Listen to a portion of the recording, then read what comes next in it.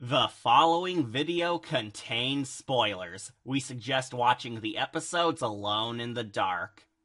Hello, Wolfpack! We're back! And today, I'm taking a quick visit to this abandoned, uncharted island in order to have a special setting for tonight's review. House said it was a fun little adventure that's rumored to be based off of one of R.L. Stine's greatest Nightmare Room books ever. Oh boy, I wonder what it is.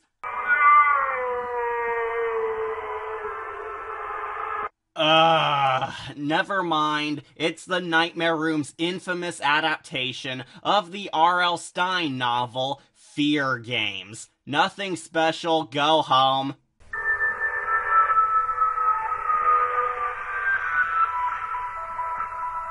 Okay, for those of you who don't know, Fear Games was indeed one of R.L. Stine's funnest Nightmare Room books ever written. It was so good that, I kid you not, it launched a whole trilogy, or thrilogy, revolving around this straightforward horror story, and continued a long character arc about facing your deepest, darkest fears. Yes, this was the only Nightmare Room tale good enough for R.L. Stine to write a whole thrilogy for it. He loved it that much. So that surely means the TV show would deliver us a faithful, well-crafted adaptation worthy for all children everywhere, right? Wrong. This episode has a rather mixed reception from fans. Some saying it's the most entertaining and creative tale on R.L. Stine's shelf, while others call it a piss-poor representation for Stine's classic tale, and a failure to even stand on its own 2 feet.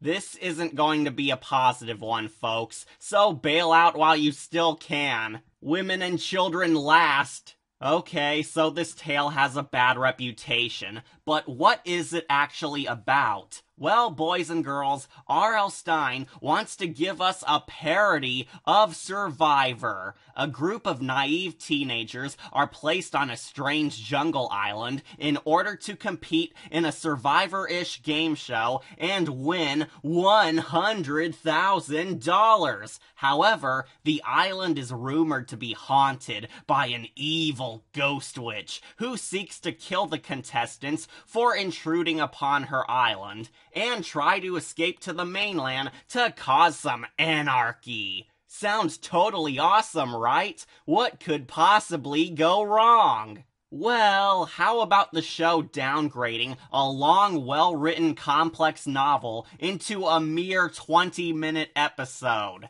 Yep, this Nightmare Room tale is very loosely based on R.L. Stine's first Fear Games book, so obviously some noticeable edits and changes will come into play. However, I will warn you all right now that I did not read the original Fear Games book to prepare for this review, since if the writers obviously didn't give us a faithful adaptation here and loosely base this episode on the novel, then why should I put in any effort to read a book I know was ruined by the show? I only have a bare minimum knowledge of this book, so comparisons between the novel and the TV version will be minor, since I didn't care enough to read it. I know, aren't I just the worst?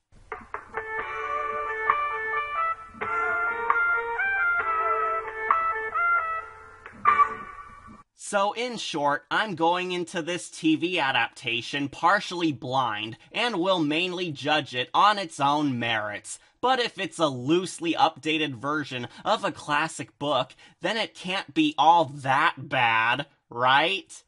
Right?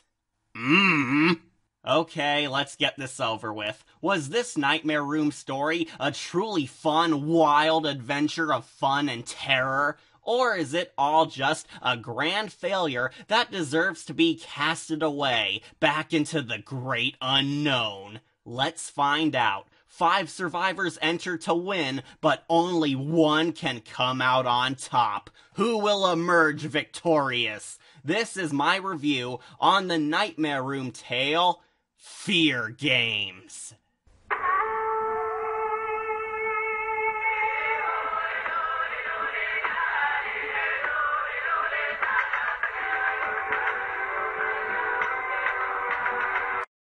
So, our episode opens up with a montage of interview tapes, which introduce us to our annoying one-note main characters.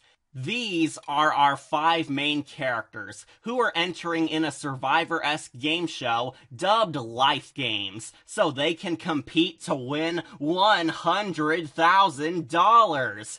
Yes, it's obviously meant to be Survivor, and yes, I did say 5 main characters. This 20-minute episode has 5 main characters. Now, in the book, there were 12 game show contestants entering this Life Games. That way they could divide into teams and give it that classic Survivor feel. Understandably, a half-hour TV episode could not dedicate enough screen time to focus on 12 main characters, so it was changed to 5 in order to keep the plot progressing naturally.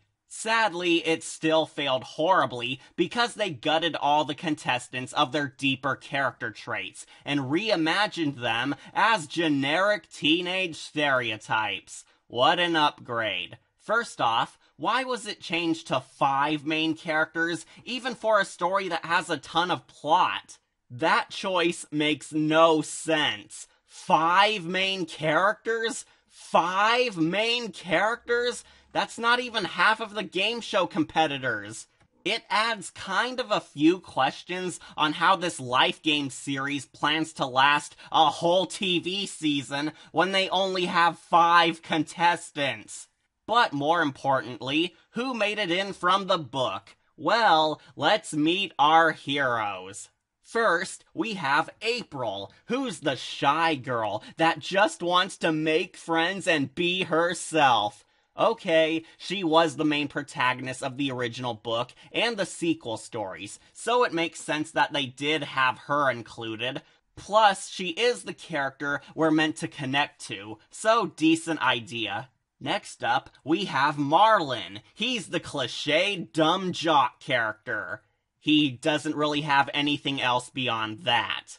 Then we have Pam, who's pretty much our generic idiot bully character. Yes, out of all the characters the show flushed out and had to choose from, they kept in the generic idiot bully character. Because of course they did. What would a coming-of-age story about a teenage girl growing a spine be without having a one-note idiot bully? And yes, I'm just going to call Pam Idiot Bully, since that's all she is. Then we have Kristen, who's the dim-witted popular girl. She's mostly comic relief, since she's the dumb one, but most of her comedy isn't all that funny. And lastly, we have Anthony, who I think is meant to be the only sane man of the competitors, since he's more level-headed and rational compared to the other stereotypes and pricks. However, he has no other character beyond that, and he was so forgettable in this whole story that, no joke, I completely forgot his name halfway in. Yes, this character was so superfluous that I totally forgot his name. They say it once, then never again. So I'm just going to call him Knuckles, since it's better than his generic forgettable character name, and he has very little in common with the actual book characters. These are our one-note generic teen stereotypes going to a haunted island, people, and they are all forgettable, boring, bland, one note, and worst of all, annoying. Seriously, they all gave me a bad first impression in their introduction montage alone. Just see for yourself.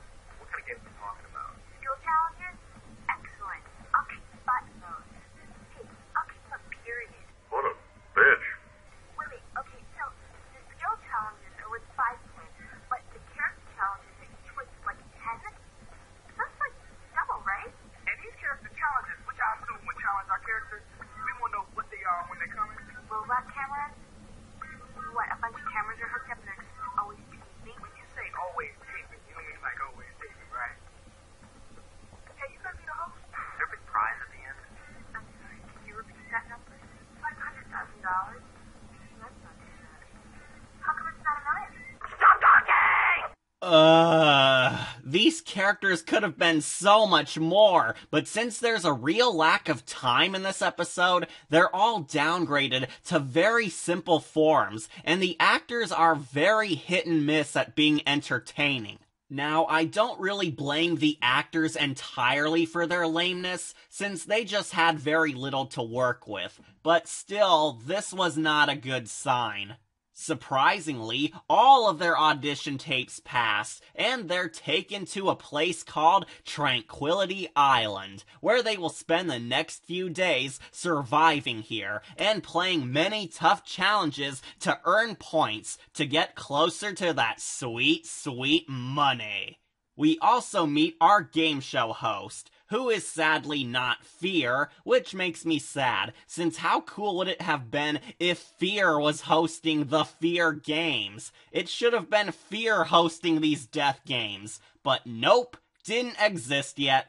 Dang, I'll get back at them for this. I'll star in a reboot Twilight Zone episode. Instead, our referee is Jeff Probst. Yeah, I know he has a different name in this and the book, but let's be honest, this is Jeff Probst, the guy who hosts the beloved game show Survivor. And no, it's not the real Probst guest starring, but an actor. This man is actually named Don Marks, but it is clearly an actor doing a blatant Jeff Probst impression to show off that this is indeed a Survivor parody. And to be honest, I kind of like it.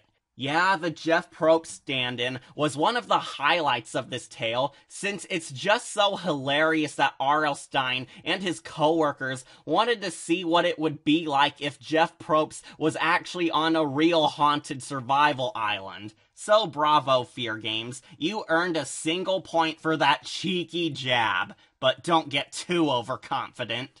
So Jeff informs the kids about the game and guides them throughout Tranquility Island. But as April unpacks her stuff, this mysterious boat driver named Ricardo warns our hero that he's not coming with them, and she must be very careful because this island is cursed by an evil witch. But before she learns more, April gets called away by the guide. I'm sure she'll be fine. After all, how many times in horror stories has a main character ever been endangered by not listening to foreboding warnings about a haunted death zone? Okay, well, this is different. This has Survivor parodies. As they venture through the dark forest, we get establishing character moments to see the dynamic between our main characters. Unfortunately, one of them is just to show how the idiot bully is indeed an idiot bully. Oh, nice. That's gonna be why? Really nice. Look here. Yes, the Zelfer comes to the first one cotton. Check out that camp. You know they tape everything, right? Just so we're clear, I didn't come here to make friends. Wow, thanks, Nightmare Room. I really appreciate how deep you make these characters, and I relate with them so well. Really? No. So Jeff leads the campers to their first challenge, hopping over a bad CGI bottomless pit. Wait, what? Yeah, this leads us into another bad part of the episode, folks. The special effects in this story are absolutely terrible.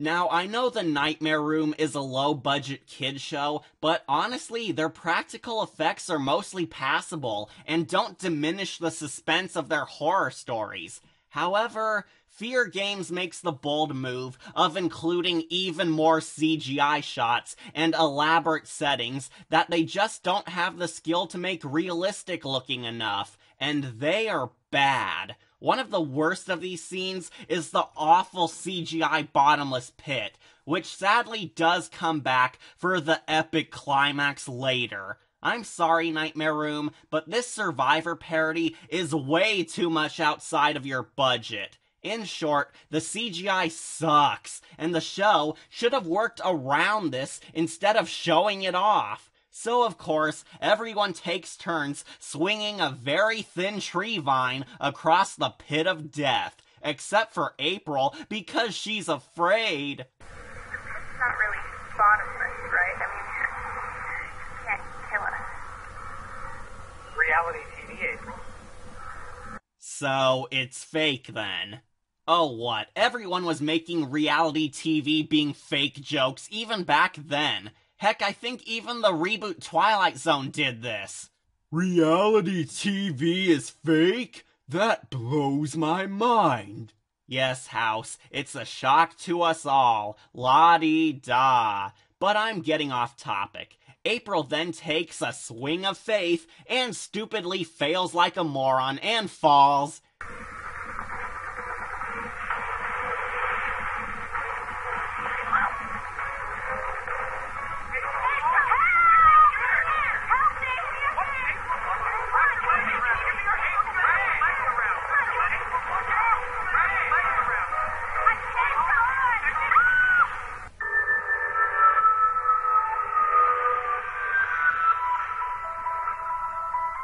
No, she lives sadly, and Jeff reveals that the bottomless pit is all a fake set, informing the kids that this was secretly a warm-up test to prepare them for what's to come. Hey,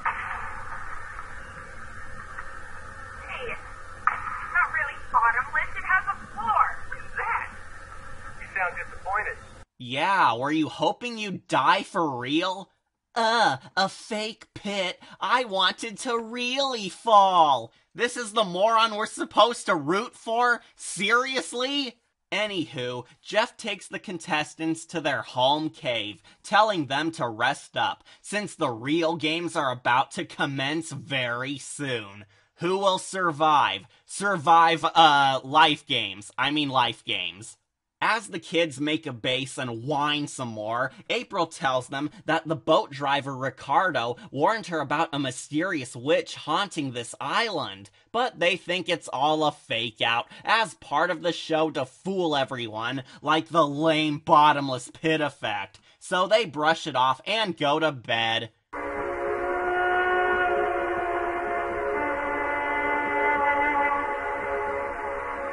The next day, April wakes up to the soothing sound of somebody screaming in horrible pain, and asks the others where the jock Marlin is, but the others don't care and go back to sleep. Guys,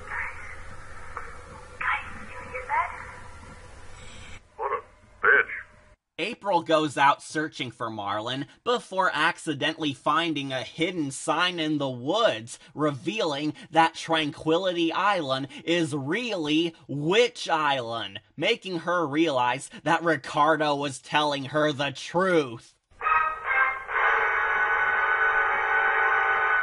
Before she can take this all in, she soon finds Marlin, who's about to die in a saw death trap, but she easily saves him right before he's almost crushed by a clearly cardboard boulder. But then Jeff comes out, telling her that this was all just a challenge, and April won this level.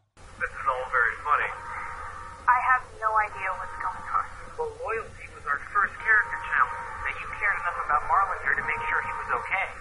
Nobody else did, so the points go to you. Congratulations, April.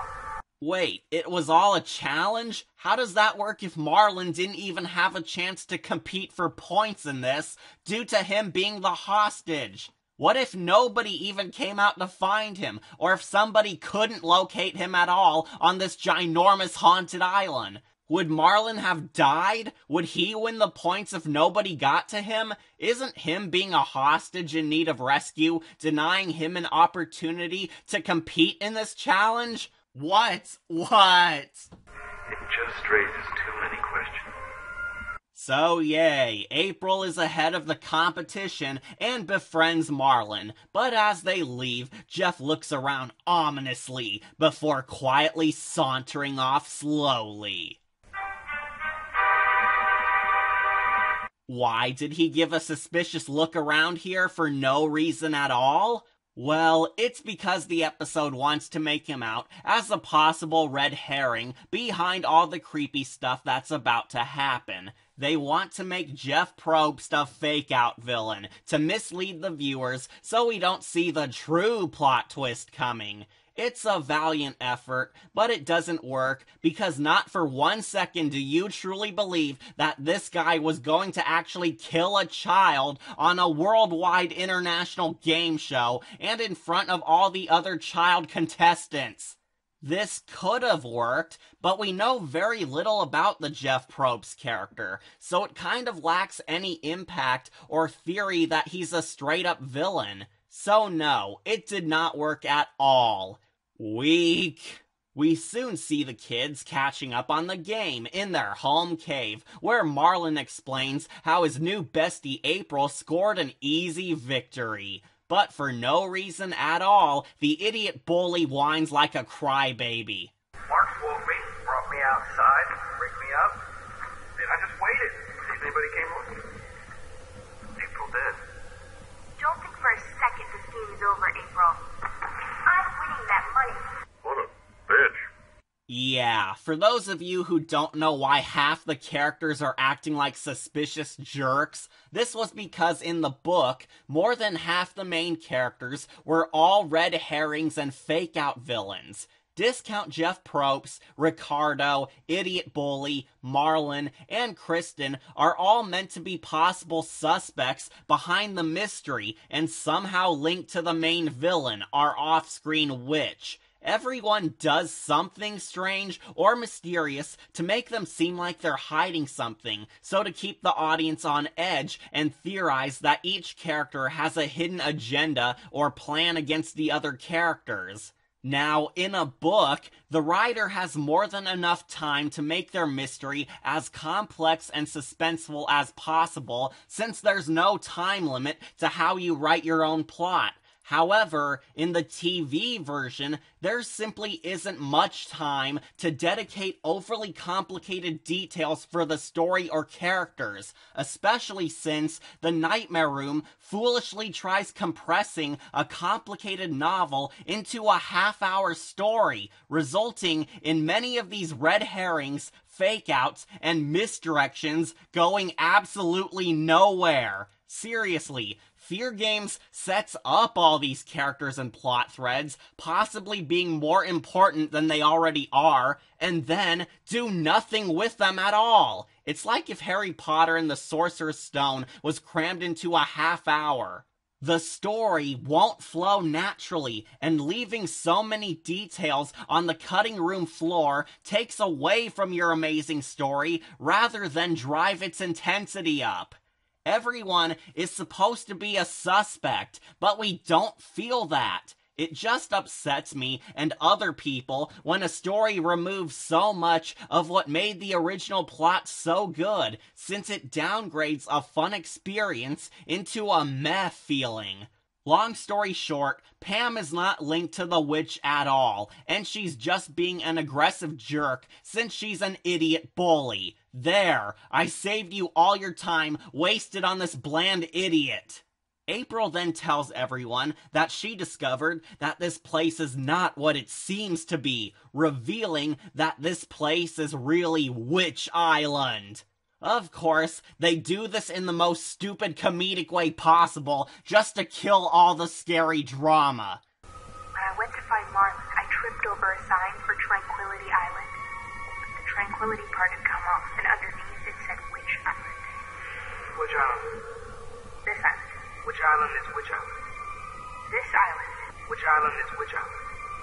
This island. Which island is which island? This island. Which island is which island? This island. Which island is which island? This island. Which island is which island? This island. Which island is which island? This island. Which island is which island? This island. Which island is which island? This island. Which island is which island? This island. Tranquility Island is which island? Tranquility Island is Witch Island. This island? Shut up! She eventually tells them that she believes Ricardo was right about a witch haunting the place, and that it's cursed by her evil spirit. Yet Knuckles and all the other kids still think that this is all a trick by the game show to boost ratings and make them feel worried as a part of the show. However, April thinks differently. Oh, and we also get another scene of Idiot Bully acting like a jerk. No, something weird is going on. Hey, April. Believe whatever you want to. Just don't ruin this for the rest of us.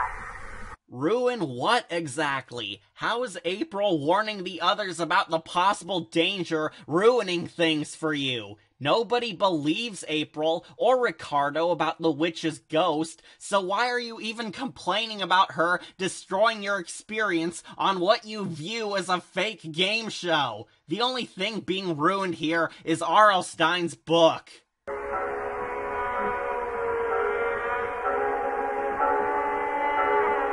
The next day, Jeff assigns the hardest of all challenges. A scavenger hunt, where the kids must collect a few rare items only found in key places on the island. Nothing but life and death tasks here on Life Games, huh everyone? As they search the area, April notices a golden sword hidden in a dark cave. But she ignores it and moves on, since we have more important things to do, like hunt for flowers in this fun scavenger hunt.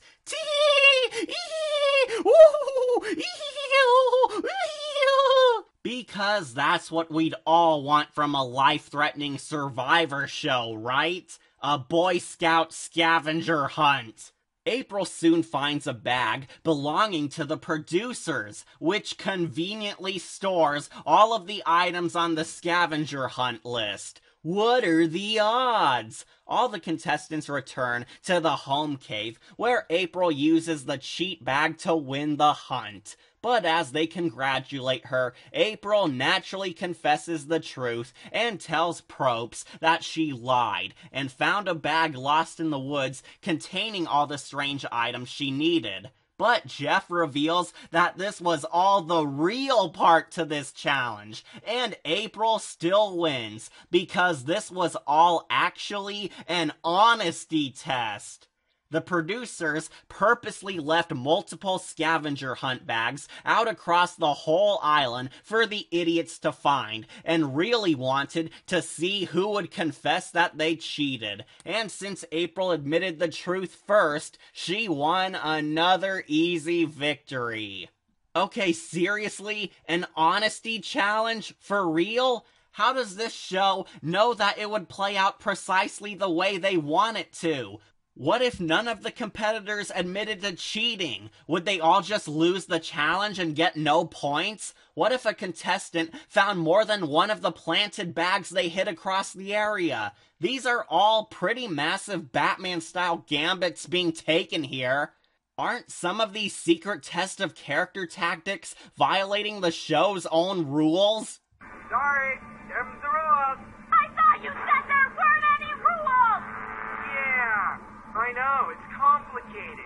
I wouldn't complain so much if it weren't for the fact that this is going to barely tie into the twist ending for later. Also, I'm very sure these fake-out, subversive morality tests were also mocked in comedies like Saved by the Bell and Family Guy. Damn it, this is too hard. Here's what I think of your test, Mr. Teacher. You just stood up to me. Congratulations. That was the test.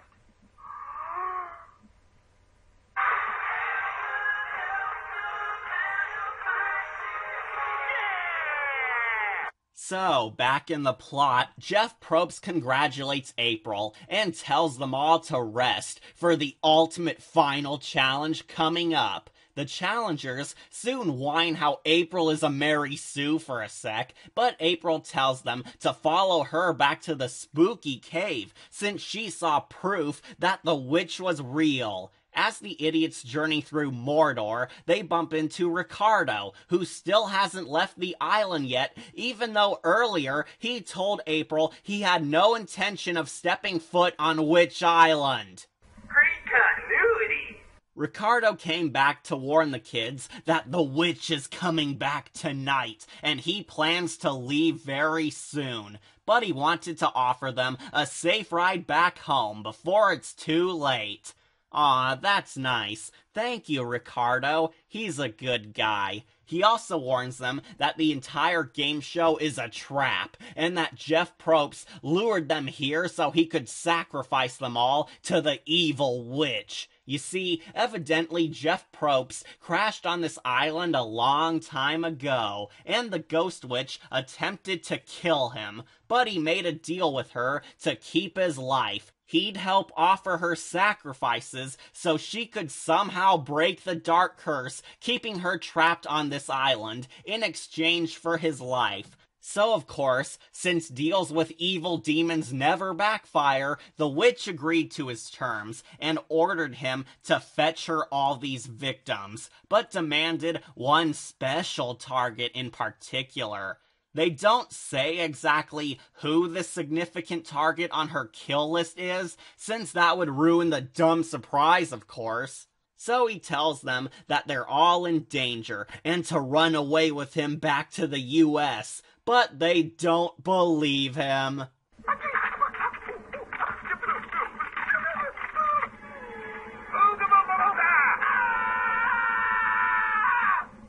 if he's not going to do anything... Wow, I think this is one of the few rare times where I've seen the adult trying to tell the kids about the ghost's existence, and the kids being the ones who think the ghost is all BS. Good on you, Nightmare Room, for flipping the script. You could say they subverted my expectations.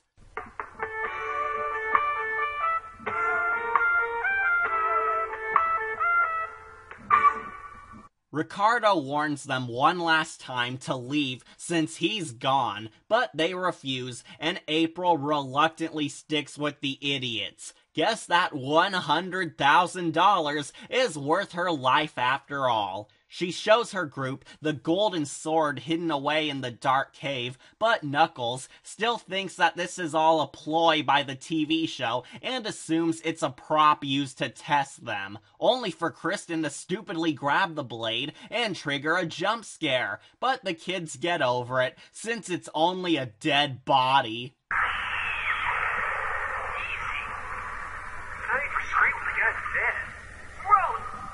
Ew, a dead guy. How disgusting. Seriously, what kid reacts to a festering corpse like this? But then, no joke, the kids find a secret scroll hidden on the dead body, revealing that this skull was once a prison guard who was escorting an evil witch to this island in order to imprison her forever. But as you can see, he hit a few bumps in the road and died as a result. I wonder if sending one guard to escort an all-powerful witch was a dumb idea. So yeah, the witch was a prisoner brought to this island to remain trapped until the day she died, as punishment for her unseen crimes. And April points out that this is solid proof that the witch is real and the island is actually haunted. Yet Knuckles still thinks that this is a BS prank by the show, despite the hard evidence next to him. However, the kids discover that all the cameras on the island are fake, and by association, so is the game show.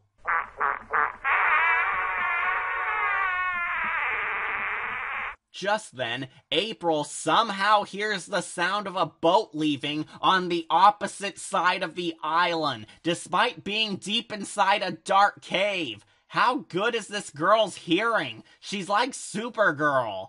However, only April alone goes out to see the boat leaving, while for some stupid reason, all the other kids just wait in the dark cave. You morons, you're just begging for death at this point. Why are the kids waiting patiently in this death-ridden cave instead of chasing after their only ride to safety? Well, it's so the bad guy can pick them off one by one, of course. Yeah, this is the classic let's split up gang cliché used in horror stories so it's easier for the villain to capture or kill them all. This could have been the scariest part of the whole episode, since seeing these kids chased in a dark, unescapable forest island is loaded with so much awesome horror potential. But the show had no time and said screw it. You know, writers, so much of this story could have been salvaged by a two-parter, but that's just my opinion. So as April goes out to see the commotion, she spots Jeff Probst and his children driving away in their own boat, leaving the competitors behind to die. Wait. He brought his kids to this island? These kids, who are apparently discount Jeff Probst's children, were brought to this satanic death island haunted by an evil witch and are only now just being seen for the very first time leaving the island that their game show host father brought them to in the first place. I know this might seem a tad nitpicky, but who are these kids? We have literally never seen the game show host's children before at all in this story, and only now are they shown escaping this island with their father. Hey, book fans, can you tell me if these little kids played any part in the actual Fear Games book at all? Because on the TV version, these two younglings are completely pointless. There is no point at all to include the game show host's kids in this, even for this one tiny scene. The Nightmare Room episode introduces us to these background characters totally out of nowhere, only so they can have them leave before we even knew they existed. All this does is tell me that the Nightmare Room might have a few deleted scenes with these kids in them, but they ended up not making it into the final cut. Yet the director didn't want to edit them out or reshoot Jeff driving away in his boat without any children. As I said earlier, why the hell did he even bring his kids to a satanic death island in the first place? He couldn't have left them at home with mommy or a babysitter. He was just like, hey kids, want to come with daddy to Witch Island so I can sacrifice these stupid teenagers to a demonic witch so she won't slit your throats in your sleep? Yay! Why is he pointlessly endangering his own family like this? Father of the Year, people. Also, the show bizarrely acts like the contestants met and knew these two children before, since April recognizes them even though there was no scene showing the host's kids interacting with the gamers earlier. Great continuity! And finally, I just want to point out how there was no reason to bringing these kids on screen in the first place because they were never in the plot at all, and their only scene is of them leaving before we even know their names or why they came here. The show actually introduced us to these two unknown characters for no reason at all. Why? You mean the show just dropped in some random characters who were never established in the beginning at any point? What moron does that? So yeah, Jeff and his pointless kids leave the teens to die, making April realize that they're doomed. However, she finds all her friends gone before she gets assaulted by Mr. Skullhead. Guys, where are you?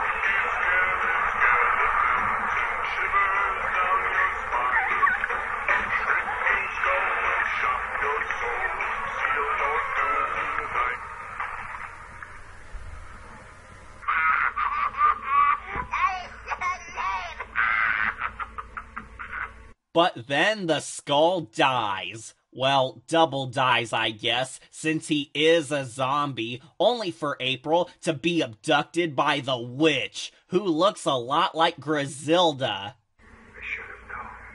Griselda.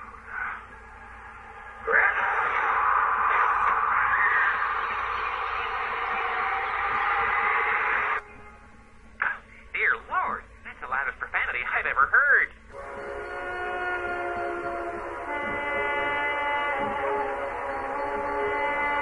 Okay, the witch is not Griselda, but if you can believe it or not, the evil ghost witch is played by none other than Tippi Hedren.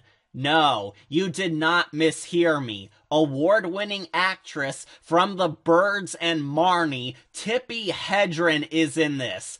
Tippi Hedren is playing an evil demonic ghost witch on an R.L. Stine children's show. Oh boy, you know who'd love this? Just hanging out with the family,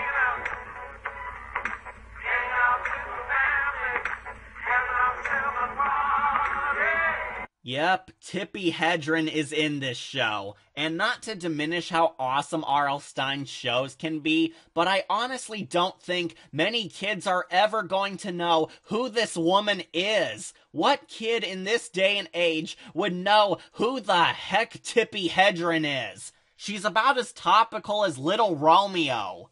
Who? Exactly. Oh, and if anyone out there still argues that this is just a kid's show and I shouldn't be too hard on it, well, here's the pin that bursts that bubble. The show wants its viewers to recognize Tippi Hedren. No kid is ever going to know who this person is. If there was any doubt that the show was only aimed at kids, well, here's the proof that destroys that counter-argument. The show appeals to adults as well. So the witch drags all the kids to a third dark cave so she can use her magic on them. You see, the witch tells them that this was all a trap to lure the kids to her island so she could break a curse, keeping her trapped on this death zone. It seems the witch was hexed by a good witch who defeated her many years ago, causing her all this suffering. But thanks to Jeff Probst's help, she believes that one of the contestants is really the descendant of the good witch, meaning that one of these kids could use magic to release her barrier seal to free her from this island, and she could exact her revenge upon the world. This whole time, all of the Survivor challenges were truly secret tests designed to find out who was the descendant of the good witch who defeated this woman long ago, and she has come to believe that April is that very descendant. She thinks that April has the magic power to break her ancestors' hex since somehow magic is hereditary. How does she know if April is indeed this good magic woman's descendant based on these trust exercises? I just don't get it. I mean, once we were here, what'd you make us go through all the game show stuff for? The challenges. She used the challenges to figure out which one of us was the descendant. The ancient witch who cursed me was honest. She was loyal. And she made a point of helping others. So, your ancient enemy is the main six. That's it. That's how you study who your enemy's next of kin is, to see if anyone out there in the great beyond is your past enemy's relative. You learn who has the traits of loyalty, honesty, and bravery. That could be anybody. Seriously, this is what you're basing this complex master plan on? Finding a person who is a slightly decent human being? There are so many plot holes in this evil villain's plan that I could just go on and on for years explaining how nothing in this scheme works at all. How did this game show even come to the conclusion that one of these random 5 kids from around the world were somehow related to a person they never knew anything about? How do you know if somebody who does pass these stupid tests is 100% guaranteed to be linked to this off-screen good witch? What if none of the hundreds of contestants auditioning for the show were even good enough to pass any of these tests? What if the good witch's ancestor didn't fall for the complex trap and rejected the show? How do you know if this plan would even go off without a hitch? It just raises too many questions. My brain hurts. Did the people writing for this show even proofread the script once before sending it off for public television? Because this feels very much like a first draft, folks. So yes, the evil witch assumes that April is a good witch too, based on these flimsy survivor tests, and orders her to lift the curse. She then draws a satanic ritual circle in slow motion.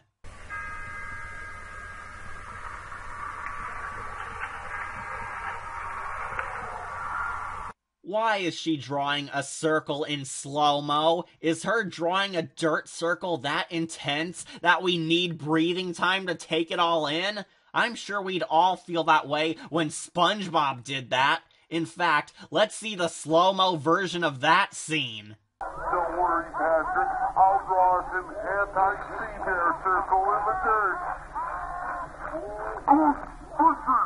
Whoa, that was intense. So the unnamed witch orders the kids to lift the curse and cast her freedom spell. But April reveals the bleeding obvious that she's not a witch. Shocked at how this foolproof plan revolving around pure chance somehow failed, the witch decides to just kill them all. Until they're saved by an unlikely hero. I'm not a witch. Then you shall perish.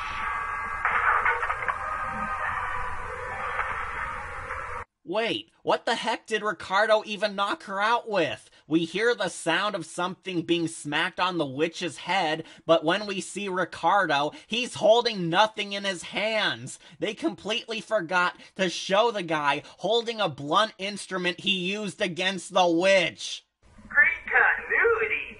So yeah, Ricardo, the only likable character in this, finally saves the day and unties the kids. But as he guides them to his boat, the witch teleports ahead of them.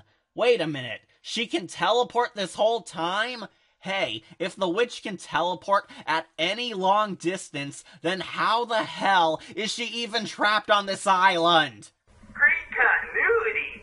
Even if the curse prevents her from magicking out of this island, then can't she just teleport herself to Ricardo's boat and leave in it? Or would that ruin the grand climax?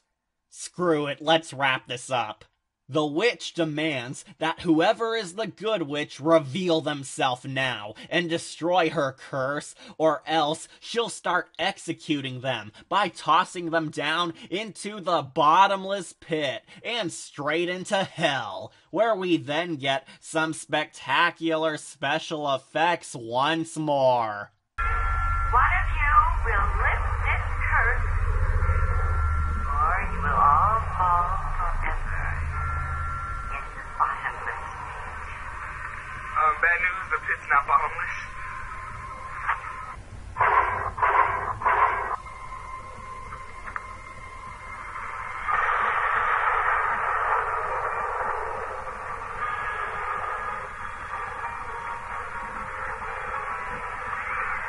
Wow. Just wow. Dig those amazing animations, people. They add in a laser light show in the pit, then cut to a Google image of a volcano photoshopped over the hole. I gotta admit, Fear Games, it takes real effort to make Cheese Puff aliens look better in comparison. Just when things look hopeless, the ditzy popular girl Kristen reveals that she was the good witch all along, and she uses her limited magic powers to rescue everyone. I'm sorry. What? Yep, for reals, with little to no buildup or foreshadowing whatsoever, Kristen is revealed to be the good witch all along, and attempts to use her out-of-nowhere powers to save everyone at the last minute.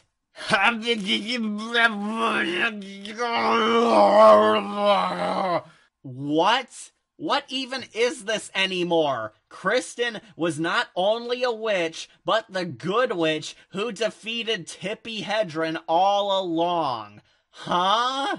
So, Kristen uses her force powers to shove the evil witch towards the pit, but she starts to lose her energy, somehow without explanation, where April then saves the day and kills the witch in this weird scene. I can hold her for a while.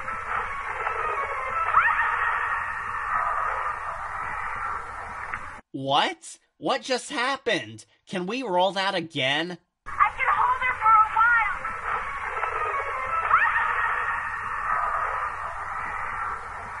This is easily the worst edited scene in all of the Nightmare Room, quite possibly in the whole history of cinema. In case you couldn't tell what happened in that poorly edited climax, then let me explain. As Kristen is forcing the witch to back up, April grabs the tree vine from earlier, then glide kicks the witch into the hell pit, where she supposedly gets burnt by the lava in the death pit.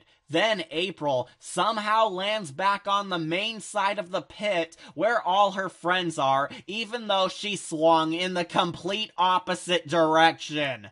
Great continuity!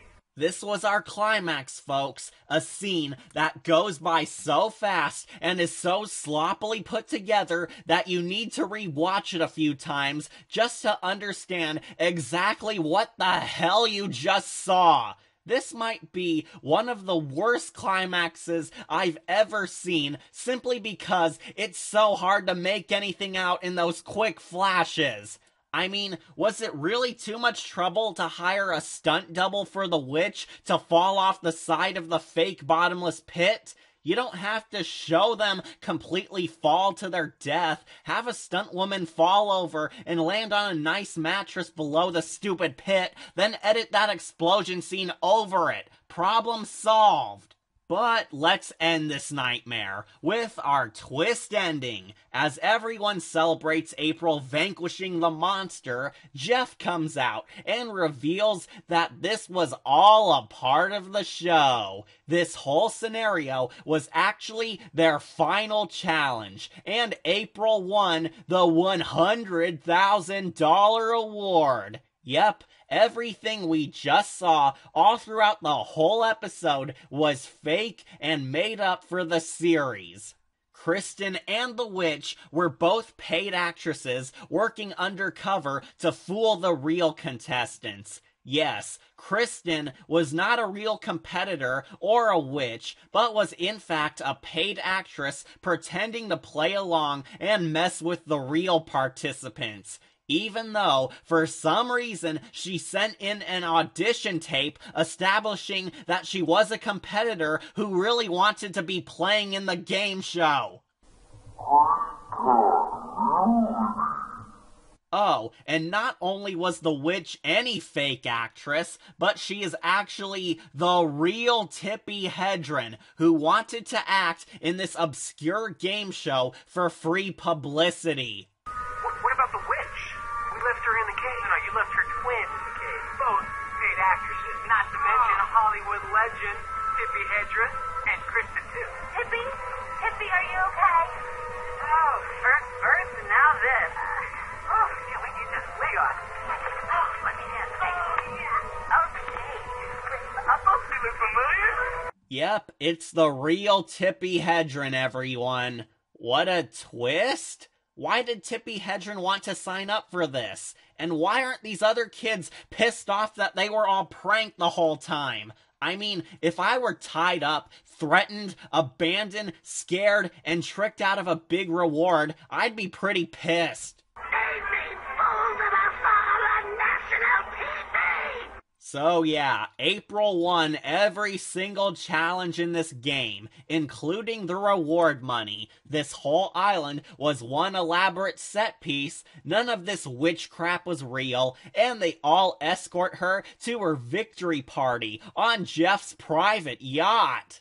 Hooray, I'm so thrilled. And this episode closes out with everyone sighing in relief that this whole experience was all simply pretend special effects. Or was it? Special effects. It's hard to tell sometimes what's real and what's not. Here's a good rule of thumb.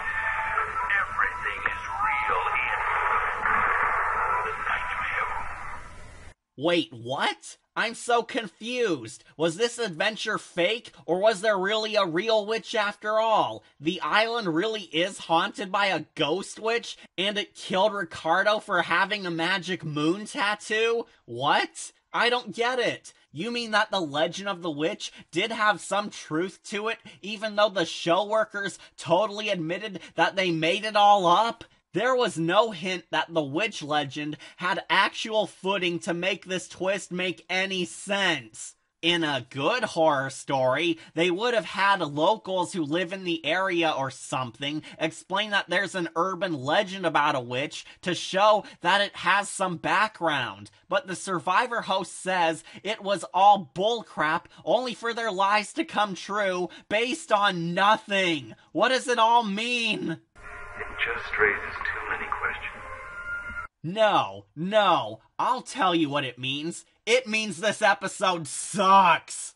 The Fear Games tale is a mess, no question about it. I told you all earlier that I have never even read the Fear Games book before in my life. But boy howdy, let me tell you that this whole episode feels like an unfinished project. This episode is clearly a badly slapped together, butchered up story. It really feels like there were a lot of scenes missing from this one, and they were all just left on the cutting room floor. So many subplots get dropped. So many major plot twists come out of nowhere. The story contradicts its own continuity so many times, and the dark twist ending in this one feels unearned and makes zero sense. It's like, well, we needed a dark twist ending for this horror story, so let's just toss out a character death with no rhyme or reason. Good one!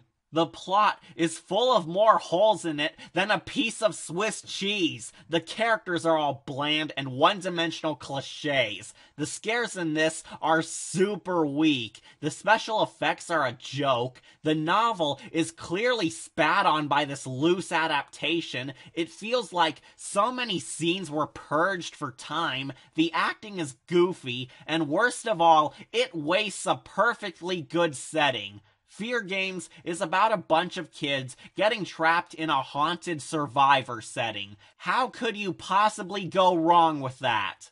This episode actually had the idea of Jeff Probst being a secret Satanist who was offering his game show contestants to a ghost witch. That has so much crazy awesomeness alone that it hurts how the TV version just downplayed it. I wanted to love this story, I really did, but I'm sorry, I can't. I just can't.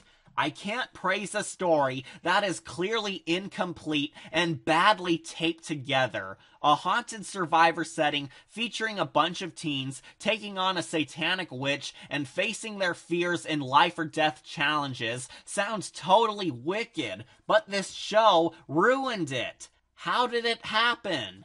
Well, I'll tell you. This episode has a poorly paced plot and dull characters simply because they didn't have enough time. It feels like so much was left on the cutting room floor because the showrunners had to compress an overly long, complex novel into 20 minutes. This is something you simply cannot do, especially with a story as cool as Fear Games. And I'll repeat what I just did a while ago. Fear Games should have been a 2-part episode, since this plot demands having more than enough time to insert all these big details and story arcs for the natural flow of the narrative. Fear Games is a story that was so good that R.L. Stine took his time and transformed it into 3 novels. The TV show did not have that advantage with their limited runtime.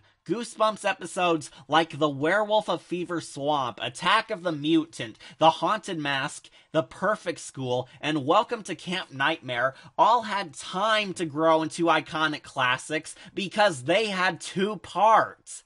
That way, the story can flow at a good pace and progress naturally, since there was time to make it work. If there was any Nightmare Room story that absolutely demanded a lot of time and effort, it was Fear Games, a series of books that Stine loved so much that he made a whole trilogy detailing April's story arc. The first book is about her participating in this survivor game show and fighting this evil witch. The second part is about her and the remaining friends getting stranded on the island and fighting the villain once more to escape. And the final book is about April facing her greatest fears to overcome the witch and defeat her once and for all. However, you do not get the impression that April or her story arc are as important on screen as it is in written form. This April is not a well-defined action girl, but a bland, forgettable Mary Sue. I try not to toss out this trope as much as I possibly can, since it's usually a weak argument against a badly made character, but I truly think April is a Mary Sue. She wins all of the Survivor challenges with little effort, she's the most innocent one, she proves to be better than everyone else there, and she even kills this all-powerful witch in a single kick. Eat your heart out, Ray. Not only does this make her super uninteresting, but it makes her unrelatable as well. And the main character of a good R.L. Stine book is meant to be a relatable or entertaining kid that the audience can't imagine being in their shoes. This is not April, nor any of the other main characters, because they get no time to flesh out into real people, but stay as cliched teen stereotypes.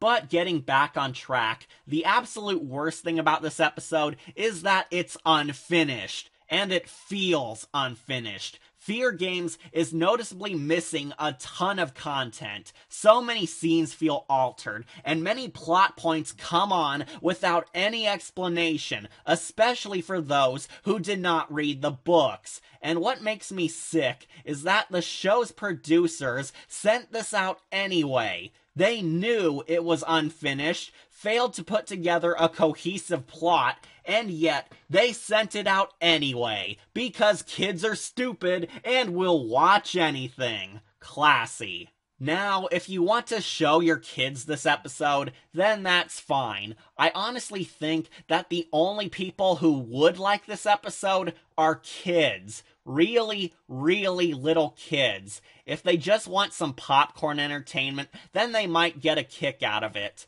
Nothing all that dark occurs, and the whole plot is all a huge Scooby-Doo hoax, except for that dark twist ending where Ricardo is killed by the witch. Well, possibly killed by the witch. For those of you who are confused by this real witch ending, well, I can guess that this was all a poorly executed attempt to set up the Fear Game sequel, where our heroes get stranded on Witch Island and are forced to combat the villain for real this time once again. You know, since Ricardo was the boat driver, and since he might be dead, then I guess that means the contestants can't go home now or whatever. Yeah, poorly done sequel bait, everyone. Bad sequel bait. As I said, it's probably only going to get love from children. I sincerely don't think any adults would get into it all that much, for all the reasons I cried about. I hate it because the product is unfinished and it shows. And just in case there's still any older viewers out there who think that I'm being too harsh on the show, then check out this minor detail I skipped over. Earlier in this episode's intro, we see a credit saying that this was based upon the books by R.L. Stine, but then they actually follow it up with another credit that says based upon a short story by R.L. Stine. Absolutely nobody in the editing room fixed this error, and they still sent it out anyway. None of the Nightmare Room tales were short stories, and Fear Games was obviously not a short story, so the producers got this fact 100% wrong, and they left it in anyway. That should tell you how much care went into this. My point is, if you put in crap effort, then expect crap results. You can still show it to little kids without too much trouble, but in my eyes, this is like a video game demo. You're glad you experienced it, and your kids might enjoy it a lot, but it's just not the complete product. It's a sample of a good product, kind of like Silent Hills. It's a good sample taste to enjoy, but it's not the whole story. Fear Games is the Nightmare Room's unfinished demo. So, I give this travesty a decayed skull. Luckily, it's not a 0 out of 10 since I truly did admire the concepts. A Haunted Survivor parody does sound like genuine fun and cool entertainment. However, Fear Games was a failed test subject.